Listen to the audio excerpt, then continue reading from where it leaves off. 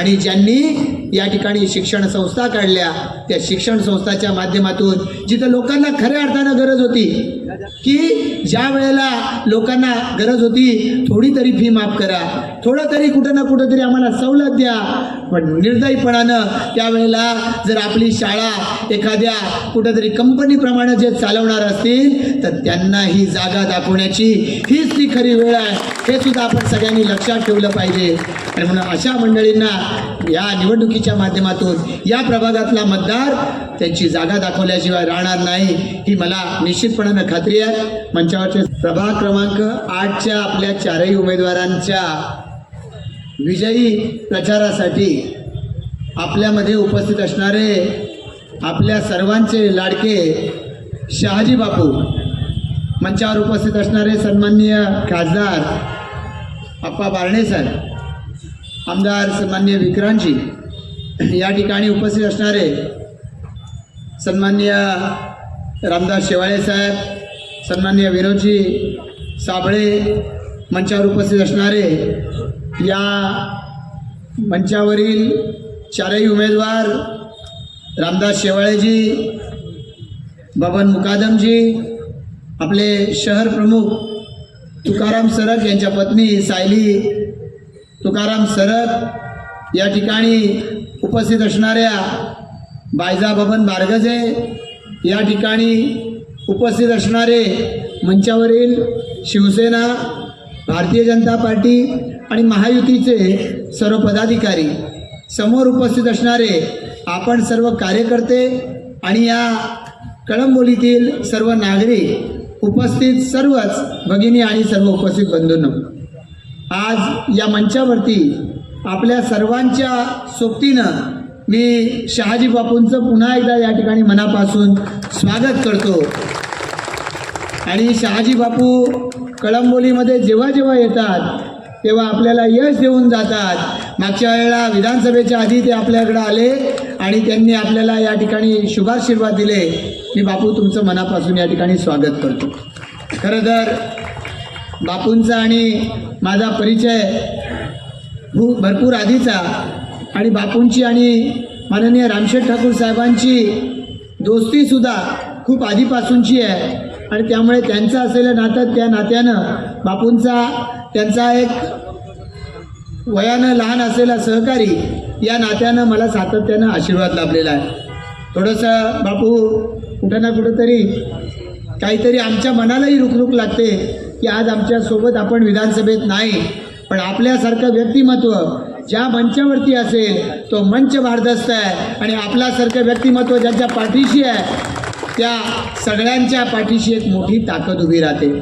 आज भाजप, शिवसेना, राष्ट्रवादी, RPI या महायुतीच्या माध्यमातून जेव्हा आपण या निवडणुकीला सामोरं जातो त्यावेळेला या महापालिकेची स्थापना ही 2016 साली झाली, आणि 17 साली झालेल्या निवडणुकीनंतर या महापालिकेमध्ये सातत्यानं वेगवेगळ्या पद्धतीची विकास कामं आपण करू शकलेलो आहोत. सन्माननीय खासदार श्रीरंगाप्पा बारणे यांचं सातत्यानं आपल्याला सगळ्यांना मार्गदर्शन लाभलं आहे, आणि त्यांच्या नेतृत्वाखाली हा या महापालिकेच्या माध्यमातून सुरू झालेली गटारांची कामं, बंदिस्त नाल्यांची कामं ही याचीच एका अर्थानं चुणूक आहे.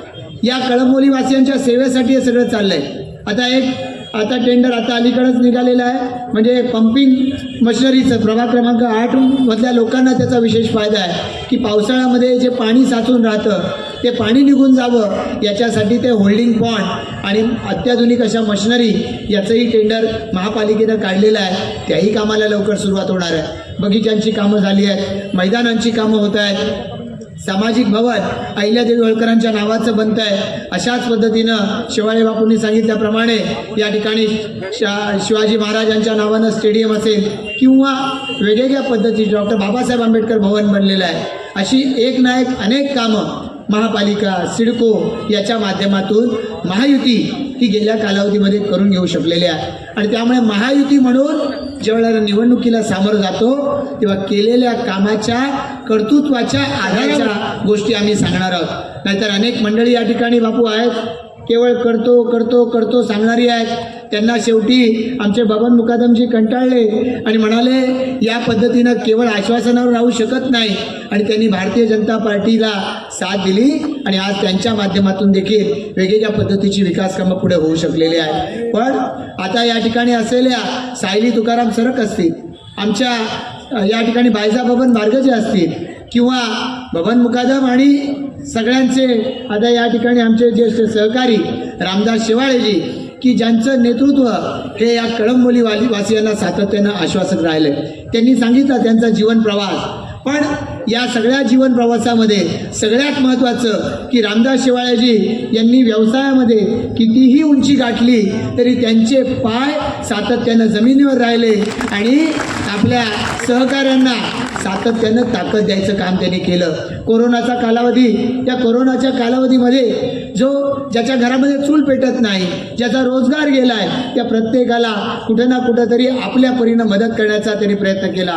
कुठं मेडिकलची मदत असेल, कुठं आर्थिक मदत असेल, या प्रत्येकाच्या माध्यमातून त्यांनी या कळंबोली वासियांची हृदय जिंकलेली आहेत, मनं जिंकलेली आहेत. आणि ज्यांनी या ठिकाणी शिक्षण संस्था काढल्या, त्या शिक्षण संस्थाच्या माध्यमातून जिथं लोकांना खऱ्या अर्थानं गरज होती, की ज्या वेळेला लोकांना गरज होती थोडी तरी फी माफ करा, थोडं तरी कुठं ना कुठं तरी आम्हाला सवलत द्या, पण निर्दयीपणानं त्यावेळेला जर आपली शाळा एखाद्या कुठंतरी कंपनीप्रमाणे जे चालवणार असतील तर त्यांना ही जागा दाखवण्याची हीच ती खरी वेळ आहे, हे सुद्धा आपण सगळ्यांनी लक्षात ठेवलं पाहिजे.